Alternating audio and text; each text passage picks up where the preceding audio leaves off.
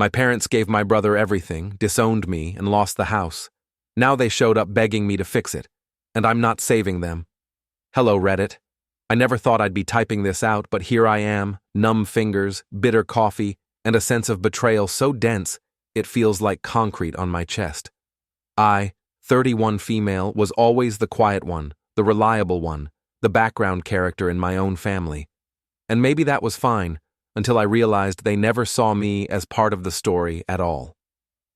Let me start from the beginning, or at least where it begins to make sense.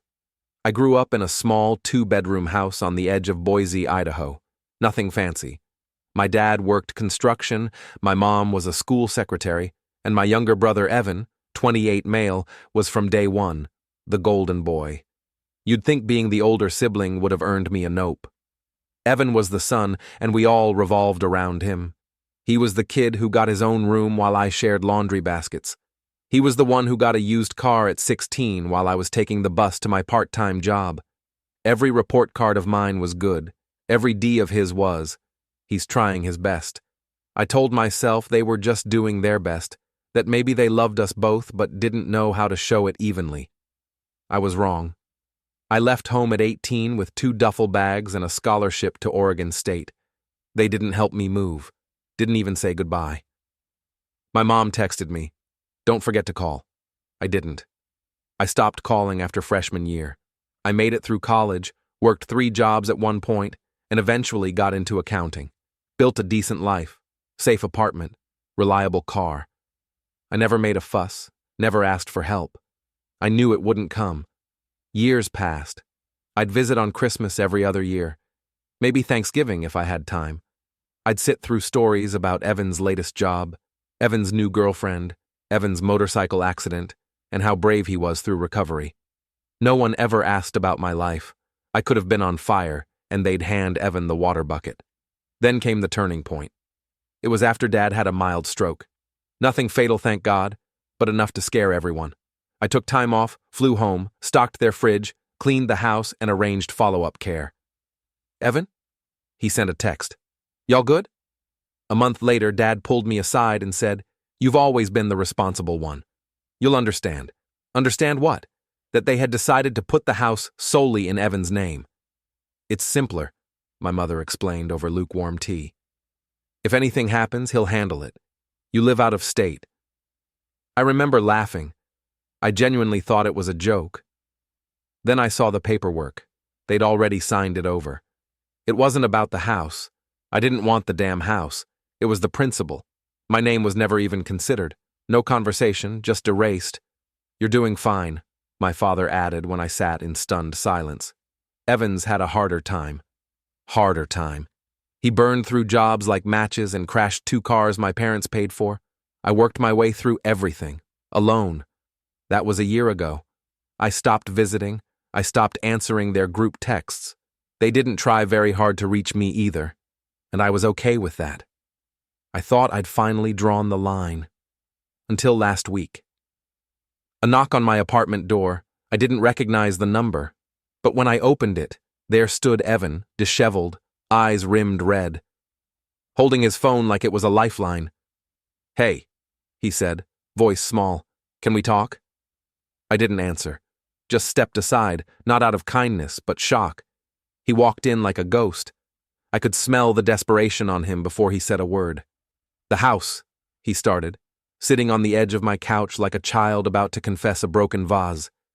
"It's in foreclosure." I blinked. "What?" "I lost my job months ago. Fell behind on payments. Tried to flip it, but the market tanked. There's a line, and Mom and Dad don't know. Yet." Then came the kicker. "I need help," he said. "I thought maybe you could. Figure something out?" I just stared. After all these years, after they handed him everything, they sent him to me when it all collapsed. Like I was the cleanup crew for the mess they created. That's where I'm at now, Reddit. Sitting in a room I pay for, listening to the favorite child beg for salvation. And for the first time in my life, I don't feel like the background character anymore. But I don't know what to do. Should I help him save the house? Or finally let it all burn? I didn't respond right away. Evan kept talking, filling the silence like he always did when he felt cornered. Words spilled out of him. Phrases like, just a loan. You're good with numbers, I'll pay you back. You're my sister. I watched him, letting the noise blur. It was like listening through water. When he finally stopped, I asked one question. Why me? He flinched. Just slightly, but I caught it. Because you've always been the one who fixes things. That line hit harder than I expected. Because yeah, I have been.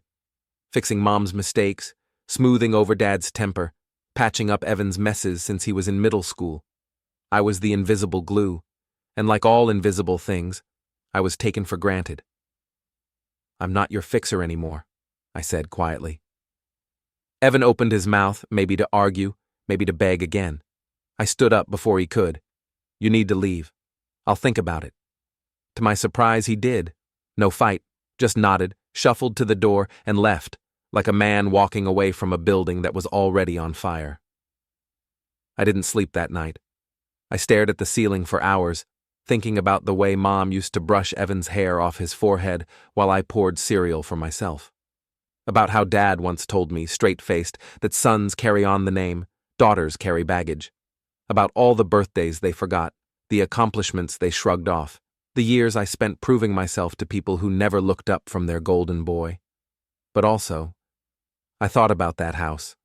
The porch swings with the chipped blue paint. The etched pencil marks on the kitchen wall from when we were kids, tracking our height. The basement's smell of old books and wood glue. It was mine too, even if they never saw it that way. The next morning I called Mom. She picked up on the second ring. Oh, honey? Are you okay? There was that voice again, the one she used when she thought I might be useful.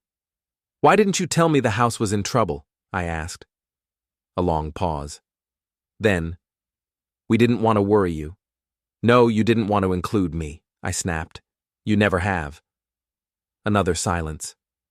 Then the tears started. It wasn't supposed to be like this. Your father. He thought Evan could handle it. I almost laughed. And now that he can't? Suddenly I exist again? We didn't mean to shut you out. But you did, I said, repeatedly. I could hear her breathing shift, the tears morphing into defensiveness. Look, I know we made mistakes, but we're family. We need each other now. Now that Evan had torched the place. Now that their golden legacy was crumbling. I'm not sure what you want from me, I said. Money? A plan? Forgiveness? She didn't answer. I hung up before she could gather the nerve to lie to me again. 2 days later, they showed up. I don't know how they knew where I lived, probably Evan. But they came together like a unified front. Dad looked older, grayer, but his pride hadn't aged a day. He stood in my doorway like he still paid the mortgage, arms crossed, eyes judging. Mom went straight to emotional warfare. We raised you, didn't we? Fed you? Clothed you? Until I turned 18, I said. Then I became your afterthought. We thought you'd understand, Dad cut in. You're not emotional like Evan. You're stronger. We thought you'd be okay. That was the problem. They didn't care if I was okay. Just assumed I'd figure it out so they didn't have to. They didn't raise me. They raised Evan. I raised myself. You gave him everything, I said. Everything I wanted. A conversation, a chance, acknowledgement. And now that he's failed, you expect me to clean it up? He's your brother, Mom whispered, as if that sacred bond should erase a lifetime of erasure. Do you even know where I work? I asked. What is my job title? Blank faces. I felt the anger rise, not hot, not explosive, cold, controlled, the kind that sharpens your voice and steadies your hands. No, I said. You don't know me. You never tried. Dad sighed. What do you want? An apology? Fine. We're sorry. There. Now can we talk about saving the house? There it was. The transaction. The real reason they were here. I shook my head. You're not sorry. You're desperate. I closed the door. Later that night, I pulled out the envelope. It was something I'd received years ago from my grandmother, Dad's mom. She passed away when I was 25, and in her will, she left me a letter. A personal one, and a bank account. It wasn't much, but enough to make a dent in my student loans back then. I never told my parents she left me anything. Evan got the car. I got the truth. In the letter she wrote, I see you. I always did. Don't let them erase you. Now I'm standing at the edge of that decision. Do I use what I've built, my skills, my savings, my hard-earned peace, to salvage the wreckage of their bad choices, or do I finally walk away for good? I didn't answer any of their calls after that. For days, my phone lit up with a familiar parade of names. Mom's cell, Evan, home. I didn't block them. I let them ring. Let them feel, even for a second, what silence really means. What it feels like to scream into a void and get nothing back. The same thing I lived with for years. I told my friend Jess everything. She's been my closest friend since college, the kind of person who doesn't flinch when you lay your mess out in pieces on the floor. We sat across from each other at a late-night diner, both picking at fries we weren't hungry for. "So what are you going to do?" she asked gently. "I don't know," I said. "There's this part of me that just wants to be done, close the book, never look back. And the other part?" I sighed. "I want them to see me, really see me, not because they need something, just because they finally realize what they threw away." Jess nodded slowly, chewing on the thought. "They won't," she said after a moment. "People like that don't wake up, they just switch targets." That stuck with me. Later that week, I got an email. Not from Evan, not from my parents. It was from the bank. Evan must have listed me as a potential co-signer at some point, maybe hoping to guilt me later. And now the bank was notifying me that the house would enter final foreclosure in 30 days. No options left. I could have ignored it. But instead, I printed it out and stared at it under the kitchen light like it was a puzzle I could solve. And here's the part I'm not proud of. I thought about swooping in, quietly paying off the balance, rescuing the house without telling them, letting them think some miracle bailed them out while I kept my distance. But that would still be letting them win. They'd never learn. They'd just feel saved. So I did something else. I set up a meeting. Not at my apartment, not at their house. A neutral spot. A library conference room. Public enough to avoid drama, private enough to have it if needed. They showed up, the three of them, all looking like they'd aged 10 years in the last 2 weeks. Evan spoke first. "Thanks for meeting."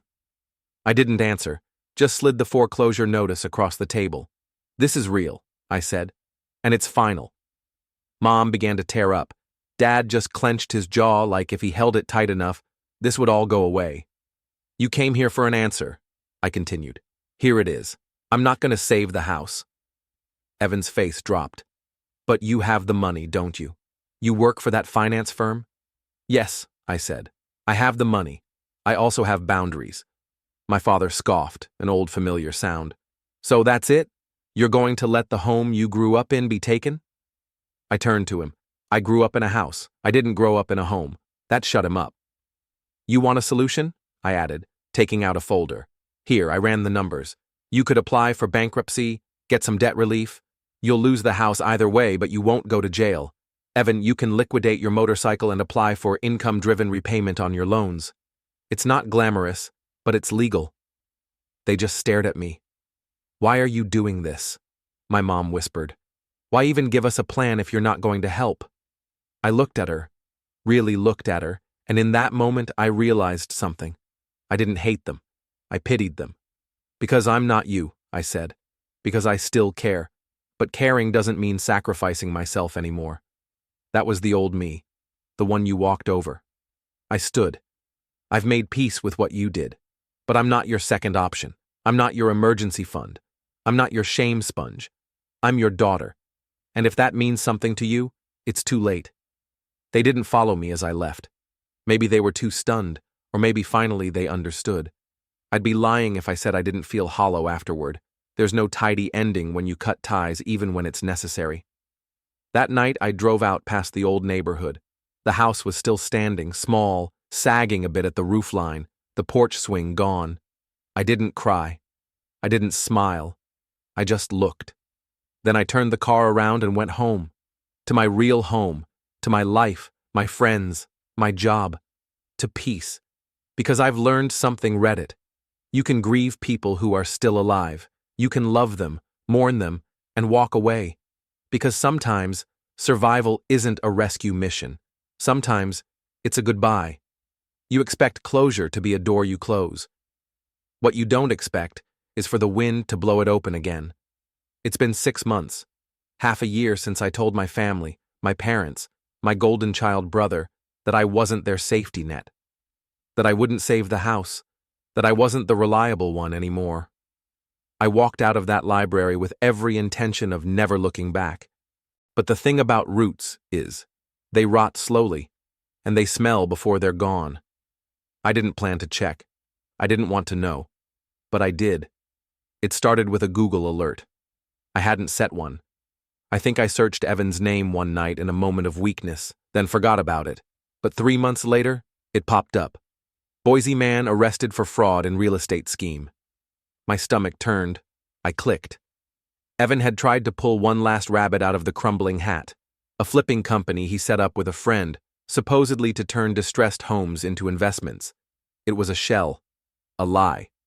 He took upfront money from 3 clients and never touched a single house. When the money dried up, he bailed. They caught him trying to book a one-way flight to Arizona. The arrest photo? He looked like a boy who finally realized he wasn't magic. That same week, I got a letter. From prison. No return address, but I knew the handwriting. Evans. It wasn't long. I know I messed up again. I never learned how to be someone without being helped. You were right. I'm sorry for everything. If you ever want to write back, I'm here for at least 2 years. If not, I get it. I stared at the paper like it might catch fire. I almost tore it up, almost threw it in the garbage. Instead, I slid it into a drawer. And then, God help me, I drove home. Not to my apartment, not to my job or to Aunt Mary Ann's for dinner. I drove to the house. You wouldn't recognize it now. The bank sold it to an out-of-state company that turned it into a rental. New siding, painted shutters, a fresh lawn that looked fake. The porch swing was gone, replaced by metal patio chairs. A young couple lived there now. A child's tricycle sat by the steps. I didn't stop. Just drove by slowly once, like a ghost circling a grave. My phone buzzed. It was a number I didn't know. I answered before thinking. Hello?